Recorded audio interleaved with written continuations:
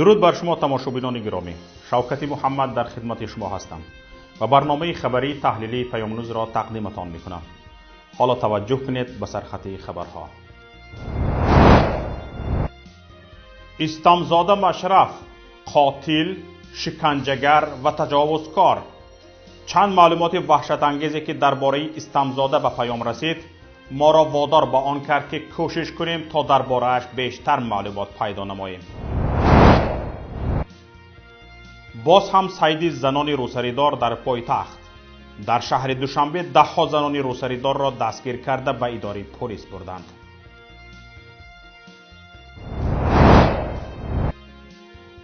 کمبودی دلار در تاجیکستان یکی از مشکلات اساسی تاجران کشور باقی میماند.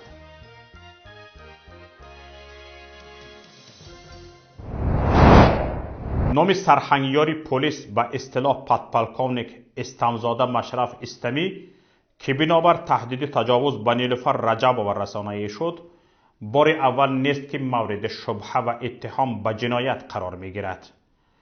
قبلا هم نام او در پس منظر چند جنایت کارمندان پلیس به رسانه‌ها راه یافته بود. این افسر پلیس قبلا در شعبه وزارت کارهای داخلی در اسفره و شعبه کافتکاوی جنایی ریاست وزارت کارهای داخلی ولایت سوخت فعالیت کرده بود. در دو جنایت وحشیانه دست داشت اما از آب خشک برآمد. بار اول بعد شکنجه طاقت فرسای این قاتل، عضو حزب نهضت اسلامی تاجیکستان در ناحیه اسفره امیدجان تاجیف خود را از آشیانه سیوم اداره پلیس به زمین پرتافت و بعد چند جان داد. آن زمان در این باره وکیل معروف دفاع مرحوم فیض‌نسا واحدوی خبر داده بود. سنه 2 نوامبر سال 2013 مرحوم امیدجان تاجیف از مشت و لگد، قوه شدتناک نیروگاه برق آبی سنگتوده و از شکنجه مشرف اسمتوف و زیرتاب آنش طاقت نکرده خود را از آشیانه سیوم بینای ملیسه‌خانه به زمین پرتافته با جراحت‌های جسمانی برداشته اش در حالت بیهوشی به بیمارخانه مرکزی شهر اسفره بستری شد. این حادثه روز سیوم جزای مأموری که از طرف سود تعیین گردیده بود روی داد و امیدجان باز 7 شبانه روز جزای مأموری را باید ادا می‌کرد. برای روی پشت کردن جنایت صادر کرده ملیسه‌ها تمام نهادهای اسفره کمر همت بستند. خودی همان روز مفتش پروکراتور شهر اسفره قیوموف منوچهر نسبت امیدجان تاجیف پرونده جنایتی آغاز نمود. خودی همان روز او در حالت بیهوشی پرسیده شد.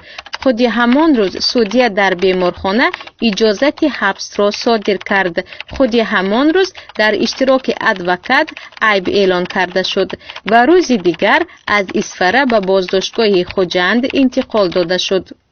آن زمان استمزاده نه تنها جزا نگرفت بلکه به وظیفه بلندتر رفت. او به مسند سردار شعبه کافتکاوی جنایی ریاست وزارت کارهای داخلی ولایت سوخت تعیین گردید و 2 سال پس نامش بر ارتباط با یک جنایت دیگر که به خودکشی بازداشت شده انجامید در رسانه ها پیدا شد.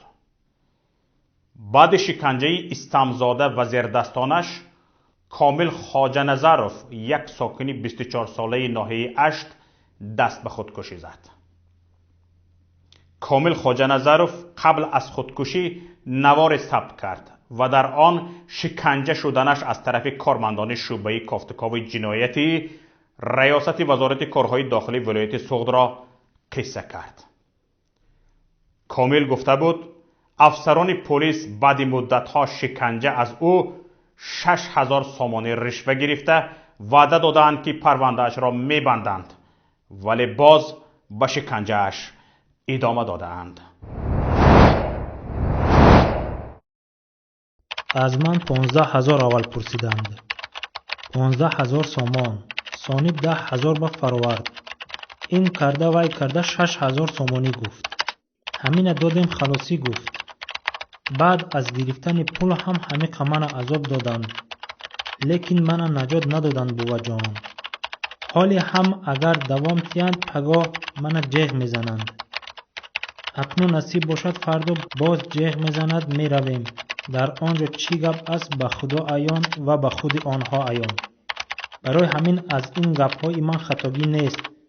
من در این سخنم دائم ایستم. بایها برو بیر به من باور ندارند. نه همین جدا توی گفتگی گفته چند بار زدند. پدول میبریم گفتند باز. 5-6 کس بودند. من یک تا خودم بودم. همشون من زدند. زبانم کردم. زبانشان ده اپهم نموند. زنم نموند. زنچه‌ام گفتند. آنیتم گفتند.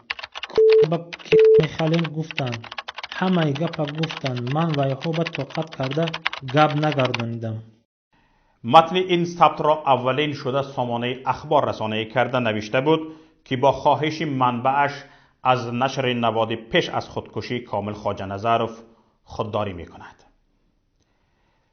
بعد بلند شدن سر و صدا در این مورد 4 افسر پلیس به جوابگری کشیده شدند، اما بینشان استمزاده نبود. او 4 نفر زیردستانش را گناهکار و خودش را از آب خشک برآورد. اینک با گذشت 3 سال از خودکشی خواجه نظرов و 6 سال از مرگ امیدجان تاجیف نام استمزاده باز به مطبوعات راه یافت. این دفعه بنابر لط و کوب و تهدید به تجاوز مادر 2 کودک معیوب. این نوبت هم شاید استمزاده سببگار خودکشی میشد، چون روز اول لط و کوب و تحقیر نیلوفر رجبوه او به گفته برادر شهرت رحمت الله گفته است از تحمل این تحقیرها مرگ برایش اولاتر است. خوشبختانه ایمان و جسارت نیلوفر او را از خودکشی نگه داشت. استمزاده در حال علیه سطرداران مبارزه میبرد که و آنها را تحقیر و تهدید به تجاوز میکند که طبق نقل همان وقته خدا رحمتی فیض‌نسا واحدوه همسر خودش سطرپوش است. 1 ماه قبل در یک بحث شهروندی همسر سردار شعبه کوفتوکوو جنایت ریاست وزارت کارهای داخلی جمهوری تاجیکستان در ولایت سوغد پالکوونیک میلیتسیا استمزاده مشرف به مرافعه سودی حاضر شد که سطر و حجاب بر کرده است. چرا به زن پالکوونیک سطر و حجاب ممکن است و به دیگران نه؟ من شخصا نسبت این زن پالکوونیک هیچ دعوایی ندارم.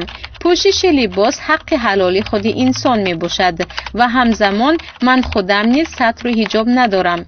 اینجا سخن از بی‌عدالتی و نابرابری قشر جامعه در نزد قانون و دخالت به حیات شخصی انسان می رود.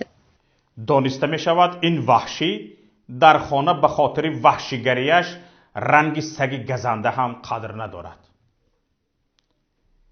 این وحشی را در خانه‌اش همچون آدم هم قبول ندارند، وگرنه یک انسانی دارای همسری با ایمان و روسریدار تا به این حد وحشی می شود؟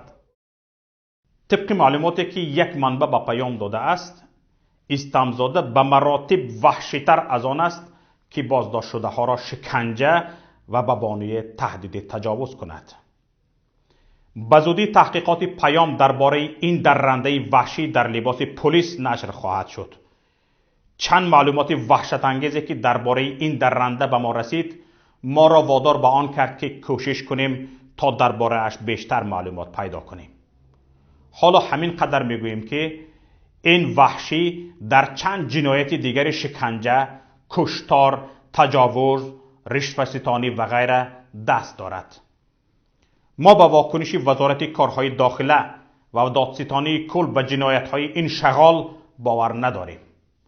آنها تا میتوانند چنانه که تا امروز کرده اند از او حمایت خواهند کرد، چون معمولا جنایتکاران از هم پشتیبانی میکنند تا سیرشان فاش نشود. بنابراین تصمیم گرفتیم خودمان چهره واقعی این افسر وزارت کارهای داخلی را افشا کنیم. پایگاه پیام از تمام آنهایی که از دست این خونخوار رنج دیده اند و همه آنهایی که درباره جنایت‌های او معلومات دارند احترامانه خواهش می‌کند در تحقیقات درباره او به ما کمک کنند و هر معلومات نزدشان هست به ما ارسال نمایند. همچنین ما از همدهگان او ساکنان دهه نکنات ناحیه پنجکند خواهش میکنیم درباره او معلومات مفصل به ما ارسال نمایند. حفظ سر تمام اسناد شخصی شما را کفالت میدهیم. در شهر دوشنبه دهها زنان روسریدار را کارمندان پلیس در همدستی با نمایندگان کمیته دولتی کار با زنان بازداشت و به اداره پلیس به خاطر گذرانیدن کارهای فهماندهی برده‌اند. شرح بیشتر از این خبر و چند خبر دیگر را همکارم محمد رجب شاهین گزارش می‌دهد. ایران‌دین اهل‌دین یکی از 4 کارمند پیشینی ریاستی امور داخلی دوشنبه که روز 16 دکتر به زندان محکوم شدند احتمالاً فرار کرده است. او را بر اساس 4 ماده کدکس جنایی شکنجه، ویران نمودن دخالت ناپذیر منزل، برآمدن از حد وکالت‌های منصبی و غیرقانونی دستگیری یا حبس نمودن گناهکار دانستند. ایران‌دین اهل‌دین به فرق از همراه دیگرش با شرط بیرون رفتن از محل زیست در آزادی بود و در روز قرائت حکم در دادگاه حاضر نشده است. دست کم 17 ساکن دوشنبه شکایت کردند که 4 مأمور پیشینی میلیسا هنگام بازداشت و برای گرفتن معلومات و حاصل کردن اقرار اتهامات از شکنجه استفاده کردند. مأموران میلیسا در مرافعه‌های دادگاهی اتهام را بی اساس خواندند. برای رادیو آزادی یک منبعش در دادستان کل تاجیکستان روز 19 دکتر گفته است ایران‌دین اهل‌دین در روز قرائت حکم به دادگاه نآمد و احتمال فرار کرده است و جستجویش رسما آغاز شده است. در شهر دوشنبه 10 زنان روسریدار را دستگیر کرده به اداره پلیس بردند. طور خبرگزاری تلگراف اطلاع می‌دهد که زنان روسریدار را کارمندان پلیس در همدستی با نمایندگان کمیته دولتی کار با زنان بازداشت و به اداره پلیس به خاطر گذراندن کارهای فهماندهی بردند. سخنگوی وزارت امور داخلی تاجیکستان عمرجان امامعلی در رابطه با این حوادث اظهار نموده است که زنان روسریدار را کارمندان پلیس نبازداشت بلکه به خاطر گذراندن صحبت‌های مفید فهماندهی به اداره پلیس آوردند. گفتن است در تاجیکستان دوام چند سال صید زنان روسریدار دوام دارد و پوشیدن روسری در مکاتب و دانشگاه، اداره‌های دولتی و همزمان جایهای جمعیتی منع کرده شده است. ولی اکثر زنان تاجیک سطر را به بر می‌کنند و می‌گویند چون مسلمان هستند پوشیدن آن را فرض می‌شمارند. آنها از طرز برخورد کند حکومتداران با لباسپوشی و صدربندی خود شدیداً اظهار نگرانی می‌کنند. اما مقامداران تاجیک می‌گویند که این شیوهی لباسپوشی خاصی زنان تاجیک نبوده، یک نمود تقلید به لباس اجنبیان است. کمبودی دلار در تاجیکستان یکی از مشکلات اساسی تاجران کشور باقی می‌ماند. خبرگزاری اوستا به خاطر سنجش برای خرید دلار به 8 بانک تجاری و مؤسسات مالی و اعتباری شهر دوشنبه مراجعت کرده است که همه این مرکزها برای فروش دلار نداشتند. علاوه بر این که صاحبکاران در تاجیکستان از کمبودی دلار در بانک‌های تجاری و مرکزهای قرضی کشور گله دارند، کمبودی دلار باعث ایجاد صف‌های طولانی آدمان پشت درهای بانک تجاری شده و این بانک‌ها فقط تا $200 به آنها پرداخت می‌کند که این امر باعث به میان آمدن مشکلاتی برای وارد کنندگان محصولات و دانشجویان تاجیک در خارج شده است. اما مقامات بانک ملی تاجیکستان علت کمبودی دلار و توازن منفی صادرات نسبت به واردات اعلام می‌کنند. همکنون گزارش این نهاد مالی از آغاز امسال تا کنون تاجیکستان 1,072 میلیون دلار صادرات و 2,997 میلیون 800 هزار دلار واردات داشته است. نرخ $1 در بانک‌های تجاری و مؤسسه‌های قرضی تاجیکستان 9 سومانی و 70 درم اعلان شده که در معاملات آزاد این شاخص از 10 سومانی عبور می‌کند.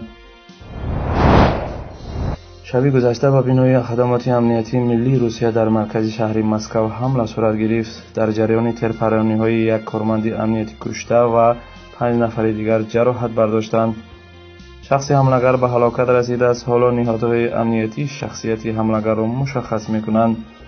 بنا به خبر اگنسی اطلاعاتی مسکو، حملگران 3 نفر بودند و تیرپرانی در داخل بنای خدمات امنیتی ملی روسیه صورت گرفته است. و هنگام درگیری میان کارمندان امنیتی 2 حملگر کشته و 30 به سمت میدان واروفسکی فرار کرده است. اما دفتر مطبوعاتی فسب خدمات امنیتی ملی روسیه رسما اعلام کرد که شخص حملگر تنها بوده به بینای خدمات امنیتی وارد نشده است. در نوار ویدیویی که در شبکه‌های اجتماعی منتشر گردید دیده می شود که با آغاز ترپرانی پلیس راههای به سمت میدان لوبیانکا را مسدود کرده و آدمان را از این منطقه خوفناک انتقال می دهد. این حادثه در روز کسبی کارمندان نهادهای امنیتی روسیه اتفاق افتاد. در لحظه حمله ولادیمیر پوتین پرزیدنت روسیه در کاخ کرملین در کنسرت با افتخار این جشن شرکت داشت.